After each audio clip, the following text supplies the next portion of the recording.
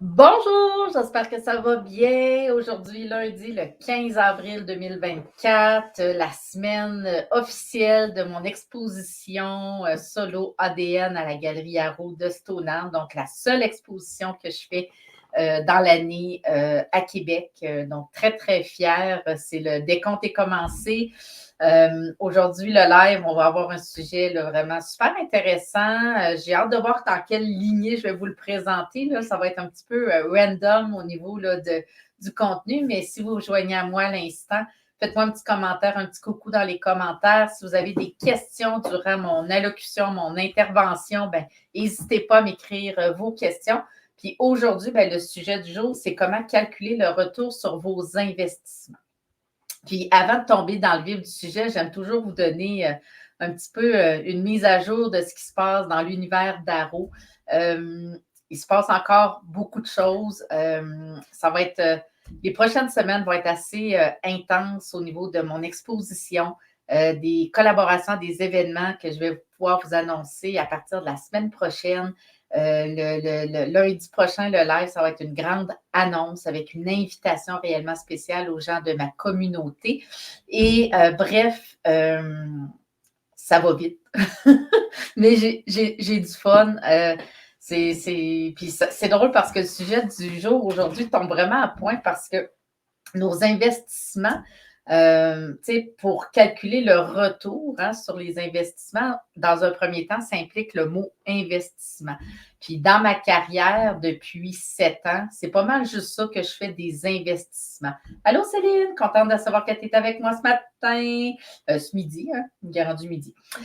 Tout ça pour dire que des investissements, on en fait de différentes façons. On peut faire des investissements en temps, on peut faire des investissements pécuniers et on peut en faire de toutes les sortes, puis dans plein de volets. Puis je vais essayer de faire des parallèles avec un peu ma carrière artistique parce que, comme je vous disais, là, des investissements dans ma carrière pour développer la carrière d'Aro, j'en ai fait vraiment beaucoup depuis 2017.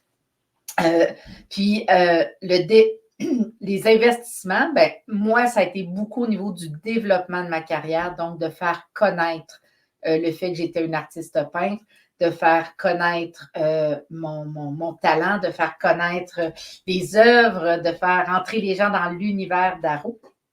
Puis, le développement, ben, ça a été autant au niveau de l'image de marque, au niveau du marketing, au niveau de la publicité, au niveau des outils de commercialisation et tout ça. Fait qu'on va essayer de voir de quelle façon les impacts de ce que j'ai fait, qu'est-ce que ça a créé, puis ça a été quoi les retours de ce côté-là.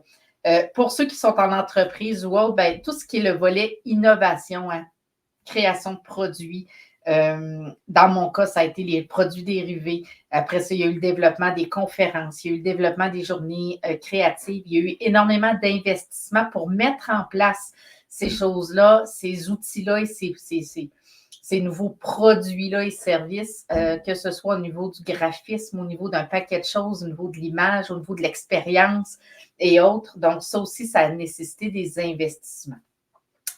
Après ça, je pense à la productivité.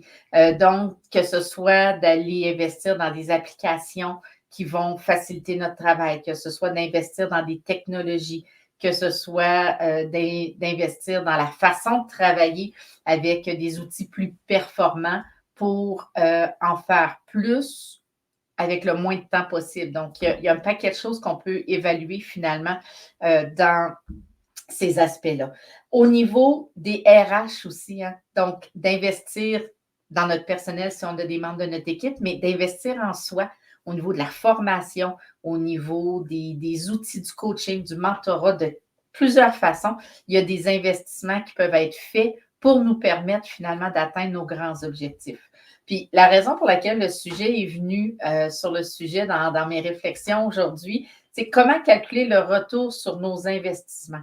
Quand je suis allée à l'école d'entrepreneurship de Beauce, on nous a martelé là, les indicateurs de performance, de mesurer nos actions, de faire des rétroactions de ce que l'on fait pour être certain de ne pas reproduire des choses qui ne fonctionnent pas. Puis ça m'amène dans le volet de la surproduction, où quand on est dans le faire constamment, qu'on a l'impression d'être débordé, d'être occupé, mais est-ce que les actions qu'on pose créent des résultats dans l'entreprise et des résultats bénéfiques? Parce qu'on se rend compte des fois qu'il y a des gens qui sont hyper occupés, mais qui font des tâches qui ne sont pas valorisantes pour la personne qui les fait ou pour l'entreprise en frais de résultats. Puis quand on prend le temps d'analyser, c'est là qu'on réalise finalement là, que des fois, hein, on fait des choses, mais on pourrait cesser de les faire puis faire les choses différemment. Puis moi, c'est vraiment l'angle avec lequel j'avais le goût d'aborder ce sujet avec vous aujourd'hui, c'est de dire quand on prend conscience que le retour n'est pas suffisant, puis le retour n'est pas que financier. Puis ça aussi, on va en parler ensemble aujourd'hui. Mais quand on se rend compte que le retour n'est pas suffisant, bien, des fois, c'est difficile de changer quelque chose, une routine qu'on a mis en place, une habitude qu'on a mis en place. Puis le premier exemple qui me vient en tête, c'est les lives dans la tête d'Aro. À tous les lundis à midi, je suis en live avec vous. Je passe en moyenne quelques heures par semaine à préparer le live, que ce soit au niveau de la mise en onde, la création du contenu, la programmation de la plateforme StreamYard et tout ça, créer mon visuel, etc. Et je me suis posé la question, est-ce que le retour sur l'investissement, hein, en ce sens que je ne monétise pas mon live, vous n'avez pas payé pour pouvoir m'écouter et autres, puis le contenu que je donne, je crois, en tout cas selon les commentaires que je reçois, qui sont à valeur ajoutée. Donc, c'est du contenu qui est pertinent. Mais ce que je me rends compte, c'est que le retour n'est pas nécessairement financier par rapport au live, mais les gens qui rentrent dans l'univers, souvent, ça va m'amener à avoir des nouveaux clients coaching, ça va amener des gens à rentrer dans l'univers peut-être pour les journées créatives. Les ventes se font de façon, je dirais, je cherche le mot, ça va bien, de façon indirecte, si je peux dire, par rapport à l'activité, mais le fait d'être dans votre écran à toutes les semaines et que cette rencontre-là soit attendue des gens de ma communauté, bien, ça me permet de rester présente dans votre esprit et quand vous avez quelque chose, une idée en tête qui touche l'art, la créativité, les team building et autres, bien, il y a des bonnes chances que je sorte en premier dans votre esprit. Fait que dans un premier temps, on a parlé des types d'investissement et autres, mais j'ai le goût qu'on parle des types de retour sur investissement. Puis après ça, je vais vous donner quelques exemples où j'ai dû cesser de faire certaines choses que j'aimais et d'être capable finalement là, de vous donner un peu leur juste, mais surtout de vous amener. Puis le but du live d'aujourd'hui, c'est réellement de vous amener, vous, à prendre le temps d'analyser les actions que vous faites et le retour que vous obtenez. Parce que des fois, hein, puis souvent, on se rend compte qu'on peut changer certaines choses, vous réaligner les choses, puis toujours le faire dans une intention précise. Puis on ne se cachera pas, nous avons tous besoin de moyens financiers pour réaliser nos rêves, faire vivre notre entreprise, se verser un salaire, payer nos frais fixes et variables et tout ça. Donc, ultimement, les actions sont faites dans le but de monétiser, hein, de vendre un produit, de répondre à un besoin et d'avoir des gens finalement qui ont ce besoin-là dans notre environnement. Fait que le premier indicateur de performance, on s'entend, c'est le retour financier, que ce soit en vente directe ou en profitabilité ou en nombre de tout ce qui est profit, les rendements et tout ça. Donc, tout ce qu'on peut mesurer, on appelle ça le retour financier. Hein, on va le voir directement dans les états financiers. Ça peut être la facture moyenne par client, ça peut être de dire, je suis partie de là, je veux aller là. Donc, tout ce qui est un retour financier, c'est un indicateur de performance qui est très important à mesurer dans nos actions. Mais il y a aussi différents types de retours sur nos investissements, puis je veux en parler aussi brièvement. Le retour social. Quand on s'implique dans une cause, hein, on va donner, on va investir du temps, des fois de l'argent, puis on va le faire dans le but d'aider son prochain. On va créer de l'impact dans sa communauté. On va s'impliquer pour donner le principe d'équité, hein, de donner à ceux qui n'ont pas d'opportunités comme d'autres, d'avoir accès à des opportunités. Puis le retour social, c'est quelque chose qui va toucher principalement le cœur, mais qui est très, très valorisant et d'avoir une posture sociale dans son entreprise, c'est aussi quelque chose qui va faire rayonner la crédibilité, la notoriété, dans le fond, des gens qui sont impliqués. Je donne un exemple. À chaque année, je sélectionne 3, 4 causes qui me tiennent à cœur, qui touchent principalement les enfants malades, les femmes et les plus démunis. Et je vais offrir des œuvres à des œuvres caritatives pour des levées de fonds.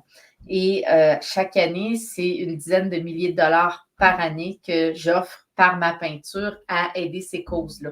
Bien, pour moi, c'est quelque chose qui est symbolique et où tout le monde est gagnant, bref. Fait que le retour social, c'est quelque chose qui est intéressant aussi, puis qui est plus difficile à mesurer par rapport aux états financiers, mais au niveau de notre impact social, au niveau de la communauté, on est capable d'aller chercher ces résultats-là. Est-ce que ça fait du sens pour vous? Si oui, faites-moi des petits thumbs up. Si vous avez des questions précises sur le sujet, n'hésitez pas à me les poser dans les commentaires et ça va me faire plaisir de les aborder.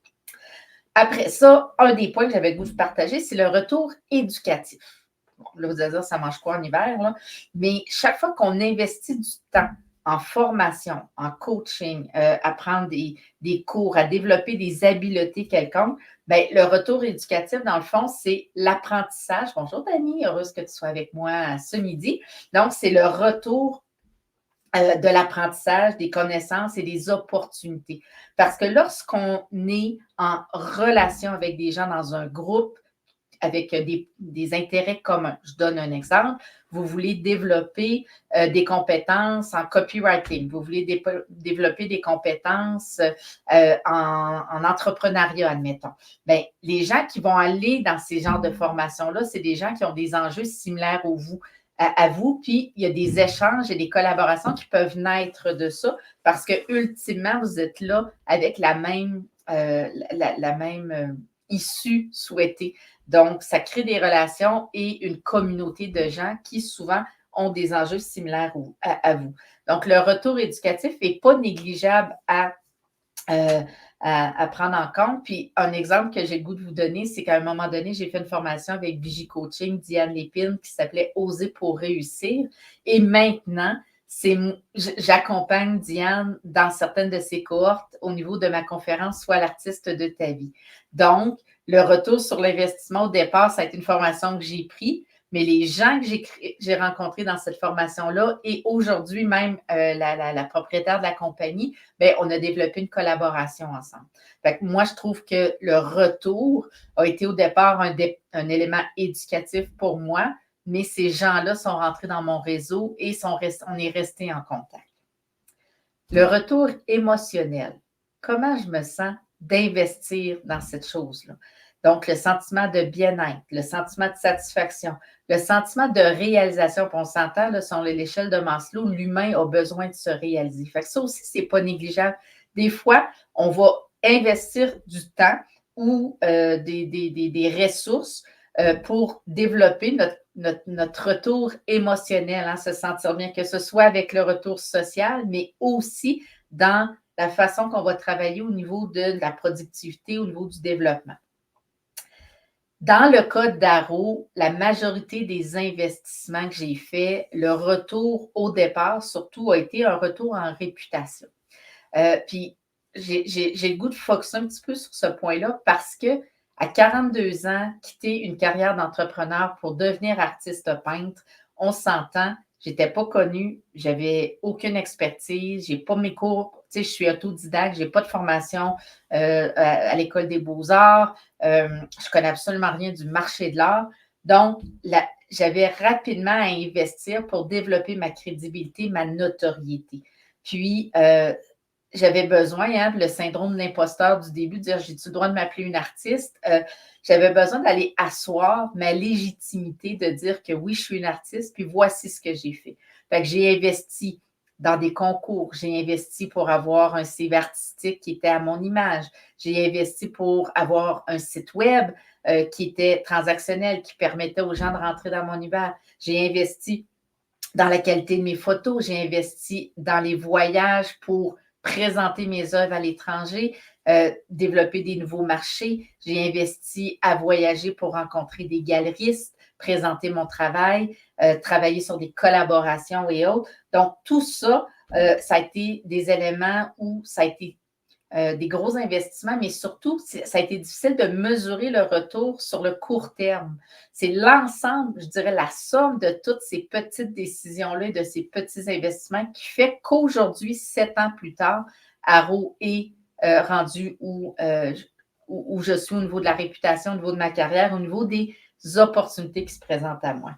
Puis, un des éléments que je réalise principalement depuis le mois de septembre, c'est que l'ensemble de ces actions-là que j'ai fait j'appelle ça show up, mais c'est toute l'attraction, la collaboration, développer des partenariats, travailler ensemble le live dans la tête d'Arrow, c'est ça. Puis là, Céline, je vais prendre 30 secondes pour lire ce que tu m'écris. Pas facile quand. Oui. C'est un super de bon point, puis je me permets de le partager. Céline, elle partage, elle dit c'est pas facile d'investir quand il y a plus de sorties que de retours monétaires, puis qu'il faut garder la confiance en soi. Tu l'as très, très bien dit, Céline. Je pense que quand on se lance en affaires, on n'a pas le choix d'investir. Hein, un entrepreneur qui veut commencer à produire des chandails, bien, ça va y prendre des machines à coudre, ça va y prendre du matériel, ça va y prendre un site web, ça va y prendre des employés. Quand on se lance en affaires, j'ouvre un restaurant demain matin, je l'ai fait déjà deux fois, mais ça nous prend un local. On est plusieurs mois à rénover, à mettre en place avant même d'avoir les premiers revenus. Fait que l'argent ne fait que sortir. Fait que tout est une question, oui, d'avoir la confiance en soi, qu'on est sur le bon chemin, de poser les bons gestes, quand on investit, il faut le faire, je pense, intelligemment. Il faut mettre nos ressources financières de temps et autres sur les éléments qui vont créer la plus grande différence et le plus grand impact et éventuellement peaufiner les virgules. Donc, moi, je dis que lorsqu'on se lance en affaires, bien, dans un premier temps, en 2024, ça prend un site web. Mais est-ce qu'on est obligé d'avoir un site web à 20 000 La réponse, c'est non. Il existe maintenant des plateformes à des coûts très, très accessibles qu'on peut même soi-même créer. Puis si on n'est pas bon en informatique ou autre, ben moi, j'ai le goût de vous dire, entourez-vous, faites des appels d'offres, allez chercher 2, 3 soumissionnaires pour aller chercher le meilleur fit pour vous, demandez des références, utilisez la force de votre réseau, mais il y a définitivement une part d'obligation si on se lance en affaires d'investir en soi. Souvent, on ne va pas se prendre de salaire avant un certain temps. Hein. On va investir dans notre entreprise quand il va y avoir des rentrées d'argent. On va les réinvestir pour les prochains projets, etc., pour bâtir les fondations. Il vient un moment où on est capable de se verser un salaire, qu'on est capable de mettre de l'argent de côté en profitabilité, que l'entreprise est capable aussi de subvenir à l'ensemble des besoins financiers de toutes les décisions qu'on prend. Mais c'est quelque chose qui se construit. Puis c'est pour ça que plusieurs solopreneurs ou entrepreneurs vont garder un emploi, accumuler des ressources financières pour pouvoir se lancer avec un coussin qu'on appelle. Certains vont faire des alliances, des collaborations, des associations pour finalement partager le risque. Mais quand on est seul, comme là, je sais que toi, Céline, tu es artiste peintre, ben, c'est certain qu'on ne peut pas avoir de collaboration, on ne peut pas avoir un autre artiste puis travailler les toiles à deux, à moins que ça fasse partie du concept, mais encore là, on dilue les revenus en deux. Fait que tout est mesurable, tout est aligné en fonction de ce que l'on veut vraiment. Mais une chose est certaine, oui, exactement, c'est que c'est important de prendre le temps de mesurer. Tout ce qui est grugeur de temps et d'énergie. Je donne un exemple, la création de contenu sur le web. Est-ce que c'est fait de façon intelligente? Combien de temps tu passes à créer du contenu? Est-ce que ton contenu est pertinent? Est-ce qu'il crée de l'engagement dans ta communauté? Si tout ce que tu publies, il n'y a pas de vues, il n'y a personne qui commente, il ne se passe absolument rien, bien, pose-toi la question si le temps que tu mets là-dedans, tu ne pourrais pas le mettre ailleurs. Je donne un exemple. Qui peut m'aider à faire rayonner mon produit? Est-ce que de faire du développement et de solliciter des gens qui peuvent avoir besoin de mon produit va être plus rentable d'aller en one-to-one et de sortir de sa zone de confort, d'approcher les gens, oui, de faire du développement, mais est-ce qu'au final, ces collaborations-là, si vous avez un produit à vendre, bon, ben, où est-ce que vous pouvez le vendre? Qui peut le prendre en consignation ou en acheter et le revendre pour vous, etc., etc., etc. Fait que c'est hyper important de prendre le temps de dire, il y a 24 heures d'une journée, mon temps passe où? Puis qu'est-ce que ça génère? Puis il n'y a pas de recette parfaite. L'important, c'est de respecter qui vous êtes, vos limites, mais aussi de sortir de votre zone de confort parce que si vous dites, ah ben moi, j'aime pas ça vendre, mais dans la vie professionnelle, en tout cas en affaires, on n'a pas le choix de vendre. Puis moi, j'aime plus le dire, on répond à un besoin que la pression de la vente parce que je donne un exemple, acheter une œuvre d'art, j'ai fait une proposition ce matin à un monsieur pour un format, écoute, qui est immense, puis le coût est à 12 000 pour une œuvre. La valeur, c'est ça. Donc, est-ce que j'ai fait une offre en disant, ben ça peut être ça, mais non. Ça fait partie de définir la valeur d'un produit, mais de répondre et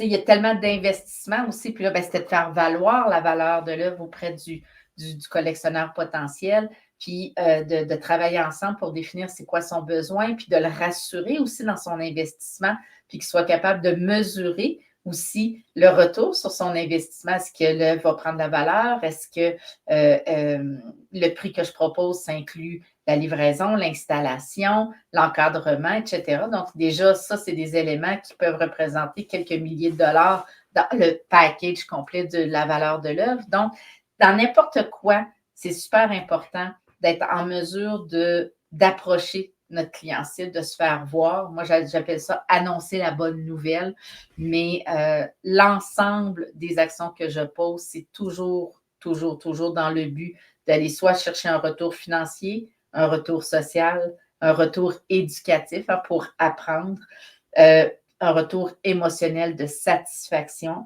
et un retour en réputation parce que c'est l'ensemble de tout ça qui fait qu'on est capable finalement de faire grandir notre entreprise, d'aller chercher des nouveaux clients, de magnétiser des nouvelles collaborations à nous, etc. Puis, d'investir notre temps et notre argent là où ça compte le plus et où ça fait du sens pour nous. Puis, souvent, on a tendance à tirer sa plug trop vite. J'ai personnellement failli abandonner ma carrière artistique plusieurs fois dans les débuts parce que la fluctuation des revenus et l'ensemble des dépenses, à un moment donné, je me disais, my God, est-ce que le vent va tourner? Puis je pense que dans la majorité des situations, hein, puis je n'ai pas la statistique exacte, mais je pense que c'est comme plus de 60% des entreprises qui vont ouvrir vont fermer à l'intérieur des 5 premières années. Donc, de faire un virage professionnel ou autre, où on est responsable des revenus qu'on génère dans notre entreprise, dans nos services, nos produits ou autres, bien, cette pression-là qui vient avec, il faut qu'elle se planifie. Si du jour au lendemain, on est dans une confiance totale de dire, oh my God, les clients vont venir à moi, puis j'arrête tout, puis je me lance, puis ça va bien aller. Tant mieux si ça se passe comme ça, mais c'est assez rare. C'est l'ensemble des actions de la résilience et de ne pas abandonner et de poursuivre et de marteler le message. Puis, j'ai eu personnellement dernièrement une situation, moi, face à moi-même, où j'avais l'impression que je m'énervais moi-même. Tu sais, j'ai dit, Caroline, tu es partout. Tu vas dans des événements, les gens te croisent, mon Dieu, tu étais là hier, tu es là aujourd'hui. Il s'est passé comme un tourbillon incessant en mars et début avril d'événements où j'ai été impliquée, où j'ai été présente, puis que finalement, la même communauté revenait. Puis là, je me suis dit, oh my God, tu sais, je m'énerve moi-même. Là, on va leur dire, je me vois trop. Puis, cette dynamique-là m'a amené juste à prendre du recul et à me dire, attends, là, c'est une question de timing, c'est pas toujours comme ça, de un. De deux, ben, si on dit que le message doit être martelé plusieurs fois pour créer de l'impact, je peux dire qu'il a été martelé souvent. Puis, au final, l'important, c'est de rester aligné avec le pourquoi on fait ce qu'on fait. Puis, Dani nous partage, je vais le lire. Parfait. Je vais prendre le temps. Ah, ben super. Dani, merci de ton partage. Puis Dani nous dit, je crois qu'il faut essayer de garder son objectif en tête. Et il y a une citation que j'ai entendue il y a plusieurs années et j'essaie de me la rappeler de temps en temps. La voici. Si tu ne vois pas la lumière au bout du tunnel, c'est peut-être que tu as perdu ton objectif de vue. C'est une excellente réflexion, Dani. Merci de ton partage parce que en effet, le why, hein, pourquoi on fait ce qu'on fait, c'est ce qui va faire que dans les moments les plus difficiles, on n'abandonnera pas. Puis mon why, moi, je l'ai écrit en 2016, ouais, exactement, je vais vous le partager. En 2017, le 22 mars 2017, mon Dieu, c'est quasiment un mois, c'est 6 semaines après avoir peint la première toile qui est. Moi, je suis vraiment pas bonne avec mon sens de l'orientation. Puis la caméra, la toile qui est derrière moi, bref. Et si vous regardez, là, c'est moi l'école d'entrepreneurship avec le logo de l'EEB, puis on était dans le séjour rêver et créer. Et mon rêve, dans le fond, ma mission de vie que je vous partage de façon spontanée, ça disait, je souhaite, dans le fond, être une leader inspirante en faisant une différence significative et positive dans la vie des gens qui croiseront ma route. Fait que c'est la raison pour laquelle les lives dans la tête d'Aro, c'est la 4e saison. Donc, ça fait 4 ans que j'anime des lives de différents sujets. Je parle de marketing, de business, d'un paquet de choses. Puis, les lives sont tous sur la chaîne YouTube Aro Artiste. Donc, vous pouvez aller les réécouter si ça vous intéresse. Là, si vous regardez un titre, le sujet, puis que la description vous allume, allez les réécouter. C'est toujours du contenu pertinent. Je travaille vraiment avec l'idée de what's in it for you, qu'est-ce que je peux vous apporter. Puis si en contrepartie, ça fait naître chez vous le désir de travailler, collaborer avec moi, ben, je me dis tout le monde est gagnant. Puis ma créativité est assise aussi sur l'ensemble du contenu des résultats que je crée. Fait que je ne sais pas si vous avez des questions. Cet après-midi, je m'en vais faire mon coaching avec mon mentor Patrick Renaud, donc un 2 heures toujours très, très impactant pour moi. Puis, je suis toute la semaine en studio à la galerie à préparer le vernissage qui a lieu jeudi soir, l'exposition vendredi, samedi et dimanche. Lancement d'un livre cette semaine, vendredi à la Galerie Aro, dans lequel j'ai collaboré, qui s'appelle Libre d'être soi. Puis lundi prochain, midi, c'est un live qui va être vraiment unique et spécial. Je ne vous en dis pas plus, mais j'ai une très, très grande annonce à vous faire et elle se fera lundi, le 22 avril prochain. Donc, j'espère que vous allez être au rendez-vous. Je vous souhaite une magnifique semaine. Le soleil est au rendez-vous. La chaleur commence à se faire sentir. Puis, je vous remercie d'être présent. Je vous remercie pour vos commentaires, pour vos coucous, pour tout ce que vous faites, dans le fond, pour donner du sens à ce que je fais par vos réponses. Donc, bonne semaine à tout le monde. Merci pour tout. Puis, je vous dis à la semaine prochaine, lundi. Une belle semaine. Puis, si vous êtes dans les régions de Québec, bien, venez me voir à la Galerie Aro, 2682 boulevard Talbot, à Stoneham. C'est mon vernissage. C'est l'exposition ADN que je présente, qui est une exposition unique qui va vraiment, elle est magnifique. Les couleurs sont sublimes et j'en fais une par année. Fait que c'est maintenant. Donc, attendez pas à dire je vais aller à la prochaine, ça va aller dans un an. Fait que si vous voulez venir me voir, ben, faites le petit voyage vers Québec, jeudi, vendredi, samedi ou dimanche. Je vais être là pour vous accueillir. Ciao, bonne semaine. À bientôt. Bye bye.